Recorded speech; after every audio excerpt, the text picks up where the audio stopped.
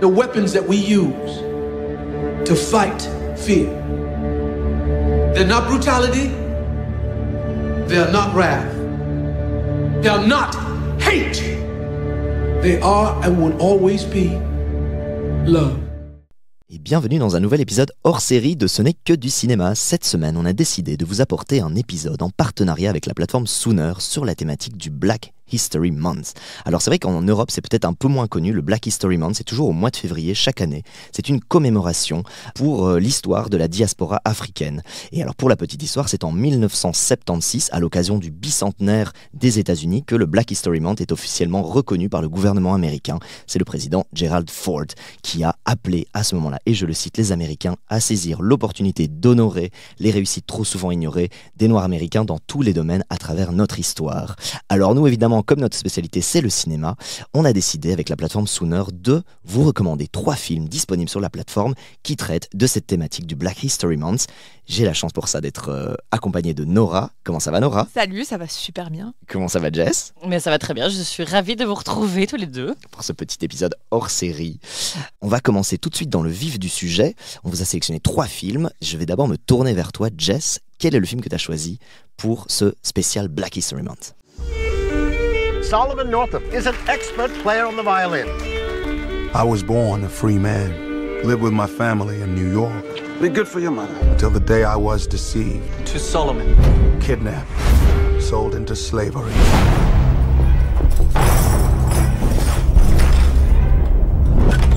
Well, boy, how you feel now? My name is Solomon Northup. I'm a free man, and you have no right whatsoever to detain me. You're no free man. You're nothing but a Georgia runaway. Alors il est bien dans le sujet et c'est un petit peu le film incontournable qui est presque devenu un classique un petit peu sur la thématique, qui a fait beaucoup parler de lui quand il est sorti. C'est 12 Years a Slave, réalisé par Steve McQueen, qui est sorti en 2013 sur nos écrans, avec au casting Chiwetel Ejiofor, qui a été un peu son premier grand rôle. Il faisait beaucoup de second rôle avant, ce rôle-là l'a fait exploser. Michael Fassbender aussi dans un très grand rôle, et c'est surtout le film qui a révélé entre autres aussi Lupita Nyong'o. Donc c'est un film vraiment culte et aussi un peu dur sur le sujet, mais extrêmement nécessaire comme film.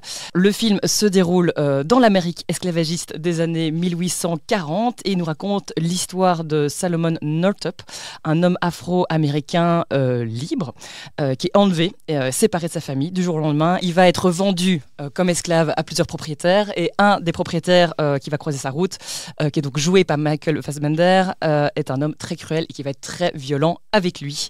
Alors ce qui est important, c'est que ce film est basé sur une histoire vraie, donc d'un vrai homme qui a été donc esclave et puis libéré à la fin. Ce livre a été édité et publié en 1853, et ce qui est intéressant, c'est de reparler un petit peu du contexte quand ce film est sorti en 2013.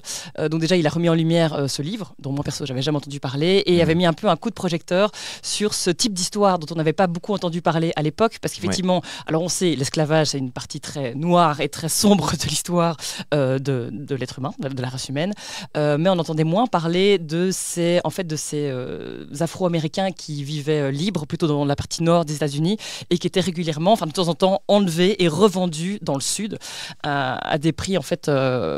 À prix d'or, parce qu'en fait, vu qu'ils sont lettrés et éduqués, ils coûtent beaucoup plus cher. Donc voilà, donc un sujet fort dont s'empare Steve McQueen ici. Donc il parle bien sûr de racisme, de violence, qui parle donc des pages les plus sombres de l'histoire des États-Unis.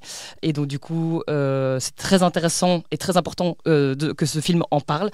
Alors il y a des scènes bien sûr très dures, mais Steve McQueen nous oblige un petit peu à les regarder. Il nous montre l'horreur en face, mais c'est un côté une très belle histoire aussi, il faut le dire, parce que le personnage principal, donc incarné par Chiwetel Ejiofor, donc le personnage de Solomon. On va le suivre pendant plusieurs années et on va le voir essayer de se battre, de garder espoir pour se battre contre la violence effectivement qu'il subit à cause de ce propriétaire, là, Epps, qui est donc incarné par Fassbender. Il va se battre pour ça, pour garder espoir, et se battre pour essayer de survivre et se battre pour essayer de retrouver sa liberté. Donc un film très fort, très douloureux, mais nécessaire. Ouais, je crois que, parce que je l'ai revu hier pour préparer le podcast, je crois que les 2 scènes de lacération, donc vraiment de fouet, sont... je pense que c'est les pires que j'ai jamais vus au cinéma. J'ai pas été voir le classement, j'ai pas demandé à ChatGPT de me donner le classement des scènes de fouet, mais il y en a 2 et C'est chaud, c'est très très chaud. Mais j'aime bien le fait que le film n'ait pas a le courage de le montrer, quoi. Et il prend le spectateur en otage, quoi. C'est genre regarde et don't you dare blink, tu vois. Donc ne cligne pas des yeux, regarde ça et regarde l'enfer. Et Michael Fassbender est terrifiant en méchant, franchement. Et il est horrible. Paul Dino aussi, Paul Dino qui a un petit rôle qui est vraiment fascinant. Il y a même un petit caméo de Brad Pitt qui vient jouer un peu le sauveur. En même temps, c'est sa boîte qui produit le film, donc voilà, on se donne le beau rôle. Mais c'est vrai, ce Steve McQueen que certains nomment le nouveau Spike Lee un petit peu. Il a fait le film Shame avec aussi Michael Fassbender, autre sujet complètement. Hunger aussi en 2008, c'est la troisième fois qu'il travaille avec lui. Autre ambiance. Mais tu veux pas nous cligner des yeux non plus. Et donc, non, c'est très très fort ce film. C'est pas pour tout le monde, mais je trouve ça vraiment... Voilà, quand on a regardé le catalogue Sooner, c'est ce film vraiment là, ça te met vraiment dedans, quoi. Et ouais, très touchant. Moi, je l'ai vu il y a longtemps et c'est vrai que ça m'est resté comme un film vraiment poignant. Et d'ailleurs, j'ai pas eu forcément envie de le revoir. Oui, il est dur. Oui. Parce qu'il est très dur, mais ça m'avait vraiment ça m'avait vraiment marqué au moment où je l'ai vu. Ouais. Mais hyper bien réalisé. Très bien réalisé, très bien joué aussi.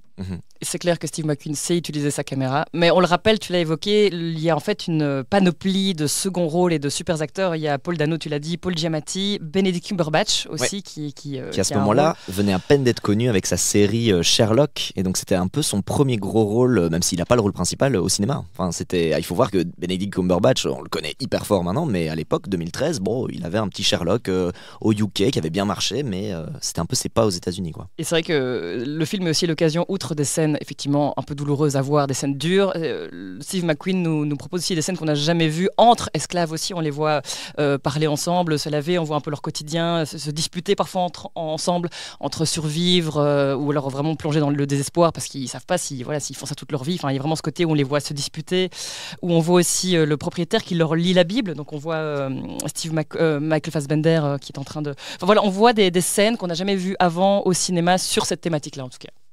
Ben donc voilà, on vous encourage très très fortement à quand même voir ce film, en tout cas une fois dans votre vie. Je pense que c'est quand même important de le voir, voilà. Et nous, on va passer au deuxième film sélectionné pour cet épisode. On va passer à Soundtrack to a Coup d'État. Hold me close and hold me fast. We were to go to Elizabethtown to attend a concert given by Louis Armstrong. How much money do the Central Intelligence Agency has poured into the Congo? I don't know. Are you prepared to say? I certainly, of course, don't know. I wonder if it's quite honest to represent our policy as completely angelic.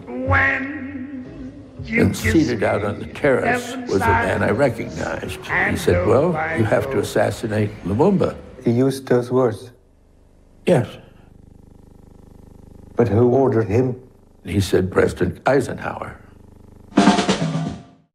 Oui, moi je vais vous proposer un documentaire qui est tout récent, qui est sorti ici fin 2024, donc Soundtrack to a Coup d'État, et que j'ai trouvé extrêmement instructif. Pour moi, ça a été une vraie claque, ce documentaire. C'est une production belgo-franco-néerlandaise. Le documentaire a été réalisé par Johan Gimonpré, un Belge. Il a été présenté au Sundance et il est nommé pour l'Oscar du meilleur film documentaire. Donc voilà. Ouais, Cocorico. Cocorico, exactement. Alors qu'est-ce que ça raconte ? Ça raconte l'épisode de la guerre froide qui a conduit les musiciens américains Abel Lincoln et Max Roach à protester au Conseil de sécurité de l'ONU. Ils ont déboulé dans la salle pour protester contre l'assassinat du dirigeant congolais Patrice Lumumba. Et donc le film commence et termine par cette scène et en fait le documentaire va nous montrer pourquoi. Qu'est-ce qui a mené à cette protestation et à ce qui déboule comme ça quand dans une scène très finalement formalisée, enfin dans l'hémicycle du Conseil de sécurité. C'est un documentaire hyper original dans sa conception, dans son montage, puisque tout est pris sous le prisme de la musique et en l'occurrence du jazz. C'est très très dynamique et en fait ça met en lumière aussi comment les États-Unis vont utiliser la musique et Louis Armstrong notamment en Afrique comme ambassadeur pendant qu'en fait les États-Unis est en train de mater gentiment les mouvements d'indépendance. Mais le documentaire c'est plus que ça, c'est aussi un rendu complet de l'histoire de la libération du Congo, de l'indépendance en fait de ces pays d'Afrique et uniquement via des images d'archives et des témoignages lus. Il n'y a pas de narration et c'est ça qui est très très original dans le documentaire et qui moi m'a vraiment beaucoup plu. C'est un épisode aussi de l'histoire qu'on connaît pas bien, qu'on nous a présenté parfois d'une certaine façon ou de l'autre. Et ce documentaire remet un peu certaines choses à sa place via en fait les images d'archives. Donc c'est très très frappant. Notamment, on a cette vision à plusieurs moments de Nikita Khrouchtchev au Conseil de sécurité et ses discours de l'époque. C'est très très interpellant. Donc on est vraiment dans ce parallèle entre la guerre froide et la vague d'indépendance en Afrique et aussi du mouvement civique, des droits civiques aux États-Unis. Donc ça révèle aussi le jeu trouble de l'ONU. Ça nous fait confronter vraiment de manière assez douloureuse notre passé colonial belge, mais aussi le rôle qu'a joué la Belgique dans l'indépendance du Congo ou dans l'empêchement de l'indépendance du Congo. Et donc je trouve que c'est un film vraiment nécessaire, qu'il faudrait montrer dans les écoles, qui est assez dense, assez riche. Donc moi j'ai très envie de le revoir parce que j'ai été le voir au cinéma, ce qui fait que je l'ai vu dans les bonnes conditions parce que j'étais vraiment plongée dans les images. Ça peut être peut-être plus difficile d'accrocher quand on le voit sur un petit écran, malheureusement, mais donc c'est vraiment un film que je trouve qu'il faut voir, expliquer, remettre en contexte, et ça a vraiment une valeur instructive, en plus d'être hyper rythmé et dynamique, parce qu'il y a cet angle du jazz qui est hyper original, quoi. Donc pour moi ça a été un immense coup de cœur, une immense claque aussi, parce que je trouve que c'est vraiment important d'en savoir plus sur son passé colonial et sur le rôle de notre pays. On avait parlé dans ce podcast de Nichen Nimettre qui parlait de l'esclavage et au niveau de la France. Ici c'est vraiment la Belgique qui est impliquée. C'est nécessaire, d'utilité publique, je trouve, ce documentaire. Je l'ai rattrapé aussi pour préparer, pour pouvoir embrayer un peu. C'était fou. C'est 2h30, c'est un peu long, et je vois exactement ce que tu veux dire. Sur petit écran, c'est plus difficile à se laisser attraper, notamment par ce parti pris du fait qu'il n'y a pas de voix off, il n'y a pas de narrateur, donc c'est que de l'archive et des cartons de texte parfois, et des archives. Alors ça par contre en archive c'est merveilleux, genre vraiment les discours, les extraits des discours des différents intervenants, ce fameux moment où il y a un vote hyper important et que l'ambassadeur français dit oui et puis je voulais dire non et que tout le monde se marre. Enfin il y a des moments lunaires aussi où le gars il a un job et en plus il se plante dans des trucs super importants, et c'est ouf. Et notamment le rôle de l'URSS à ce moment-là, la tension, la fameuse visite où il dit ce truc, parce que le documentaire montre aussi des moments qui ont l'air plus légers, mais qui montrent aussi le contexte dans lequel on était, genre quand il est en visite la première fois, Khrouchtchev, et qu'il a genre on me laisse pas aller à Disneyland. Il dit parce qu'il pense quoi, qu'il y a des fusées là-bas ou des ogives ou des trucs, et alors du coup t'as Disney qui a réagi à la polémique. Enfin faut aller voir les polémiques des années 60 quoi. Et en même temps le fil conducteur c'est ça, c'est l'assassinat de Patrice Lumumba, ou en tout cas l'ingérence plus que prégnante de la Belgique dans là-dessus. On voit aussi que la Belgique n'était pas seule là-dedans, évidemment que tout le monde avait son intérêt, et je trouve que ce film fait un peu écho, attention grand écart, au film Oppenheimer, où on est dans cette course du projet Manhattan pour de l'uranium. Et l'uranium, il a été fourni par la Belgique, par les mines d'uranium du Congo, etc., déjà dans les années 40. Et ce qui fait qu'au moment où, en fait, la Belgique se prépare à octroyer l'indépendance, on est vraiment sur ça. En fait, tous les acteurs qui font la course au nucléaire sont pas du tout d'accord qu'on laisse le peuple congolais bénéficier de ses propres ressources. Et donc, ils sont tous là en train d'ingérer pour continuer d'avoir les minerais qui étaient déjà importants, pas autant que maintenant. Donc, coltan, étain, or, diamant, c'était important, mais c'est pas aussi fort que ce qu'on a maintenant dans l'actualité depuis une vingtaine d'années. Par contre, l'uranium dans les années 40-50, c'était le Graal, quoi. Et donc il y a vraiment ce truc qui donne la nausée, quoi. C'est étouffant de regarder ce film, on se dit mais l'humanité c'est quand même une belle raclure, tu vois, genre. Mais en même temps c'est bouleversant, c'est hyper important. Je sais pas vous, mais enfin on est de la même génération. Moi à l'école j'avais pas de cours tellement sur l'histoire du Congo, et je trouve que c'est des films qui viennent compléter un enseignement qu'on n'a pas eu nous à l'école, quoi. Exactement. Et en fait je rajoute juste ça, je trouve que le film fait énormément écho. Alors évidemment c'est des images d'archives, c'est une partie de l'histoire, mais ça fait écho à l'actualité et aussi à la différence entre les discours politiques et les faits derrière et les actions derrière. Voilà. À fond. Je suis d'accord avec vous, je l'ai vu aussi, j'ai adoré. Comme tu dis, c'est peut-être un tout petit peu pointu. J'ai dû quand même, pendant la projection, aller revoir un petit peu sur une page Wikipédia quelques faits historiques quand même. J'avais quelques lacunes au moment où le documentaire a démarré. Mais une fois qu'on a un peu ça en tête, c'est plus abordable parce que c'est un petit peu pointu et c'est très dense. Mais ça vaut le coup parce qu'à la fin des 2h30 de documentaire, tu te dis waouh, j'ai appris plein de choses. Tu vois effectivement le côté complot qu'il y a derrière tout ça, l'implication effectivement au niveau mondial en fait, de cette histoire. Il y a un travail d'archive incroyable. Et ce que j'ai trouvé dingue, c'est qu'effectivement, ça mêle partie historique, histoire, mais aussi le jazz, en fait. Et j'ai l'impression que justement, le film est monté un petit peu comme une partition de jazz. Donc c'était vraiment fort. Je trouve vraiment fort. Je le recommande chaudement. À fond. Eh ben, n'hésitez pas à le rattraper, il est en libre accès sur Sooner.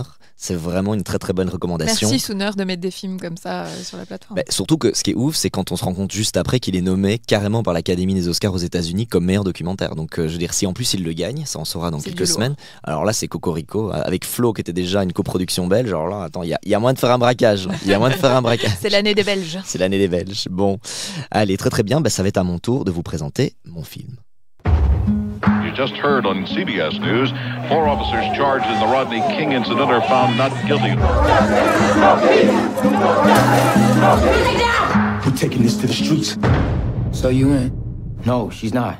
Someone's gotta take the blame. Best thing to do in any situation is do what you want to do. Things will never be the same. They're on Adams, they're boys fighting the police, and neighborhood boys are running there. And it burns as it goes down. It burns and it comes back around. Alors moi je vais vous parler de Kings. Kings, c'est un film qui est sorti en 2017, réalisé par Denise Gamze-Urguven. Denise Gamze-Urguven, elle a été vraiment remarquée pour son premier film Mustang, qui parlait des femmes et des filles en Turquie. Donc ce film sorti en 2015, qui a vraiment pour un premier film, elle avait vraiment été nommée à Cannes, etc. Positive Review, on a 97, elle avait fait tous les plateaux. Donc c'est son deuxième film, Kings, et là elle se paye le luxe d'avoir en méga star Halle Berry et Daniel Craig. Donc on est quand même, ça se pose là.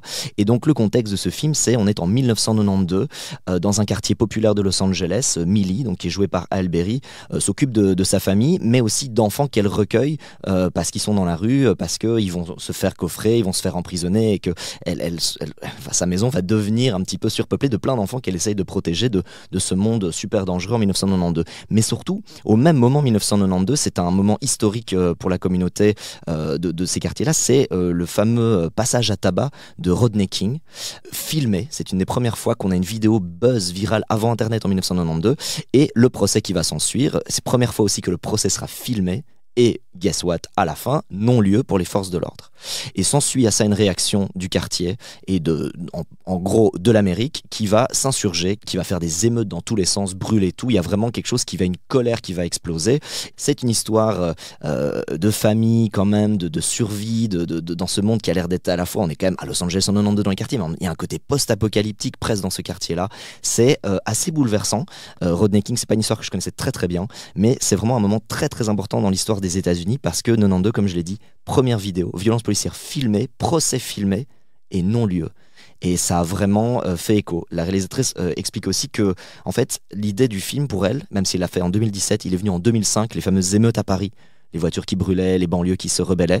Et en fait, dès ce moment-là, elle était encore à l'école, à ce moment-là, école de cinéma. Elle voulait faire ce film. Sauf que impossible à financer, faut des moyens américains. Elle n'avait pas encore fait son film. Et donc, elle disait que même son film Mustang, c'était avec comme toile de fond de pouvoir faire ce film Kings. Donc, pour elle, c'est un film hyper personnel. Il a beaucoup moins bien marché que Mustang. Je vous recommande hyper fort Mustang. J'ai vu que tu peut-être Nora, tu veux rebondir sur Mustang un petit peu. Oh, mais Mustang, je l'ai vu il y a longtemps, mais c'était vraiment tellement fort. C'est l'histoire de sœurs qui essayent de vraiment fuir l'emprise de la famille, qui veulent les marier jeunes, et puis voilà, c'est un petit peu leur chemin, et c'est tellement juste et touchant et beau, et voilà, Mustang, j'avais adoré. Est-ce que tu avais vu toi Mustang? Oui, j'ai vu Mustang aussi, et pareil, ça avait été un énorme coup de cœur ce film, parce qu'à la fois il parle d'un sujet très dur. Effectivement, on a ces sœurs qui sont forcées à mariées de force, leur destin les attend, elles n'ont pas vraiment le choix, avec des parents très conservateurs, et il y a quand même à la fin cette note d'espoir quand même. Elles sont inspirantes, ces filles finalement. Donc j'ai trouvé que c'était un film extrêmement fort, beau, et vraiment que je reverrai avec plaisir, et que je vous conseille, qu'on vous conseille si vous l'avez jamais vu, effectivement. Et alors j'ai quelques petites anecdotes sur le film parce que j'ai été un petit peu intrigué par le parcours de cette réalisatrice. Il faut savoir que alors qu'elle est arrivée en France quand elle avait 6 mois, qu'elle a vécu toute sa vie là-bas, donc elle est vraiment elle se sent hyper française, on lui a refusé la nationalité à 2 reprises. Et c'est vraiment parce que Cannes l'a repéré que là, comme par hasard, l'administration a été beaucoup plus rapide.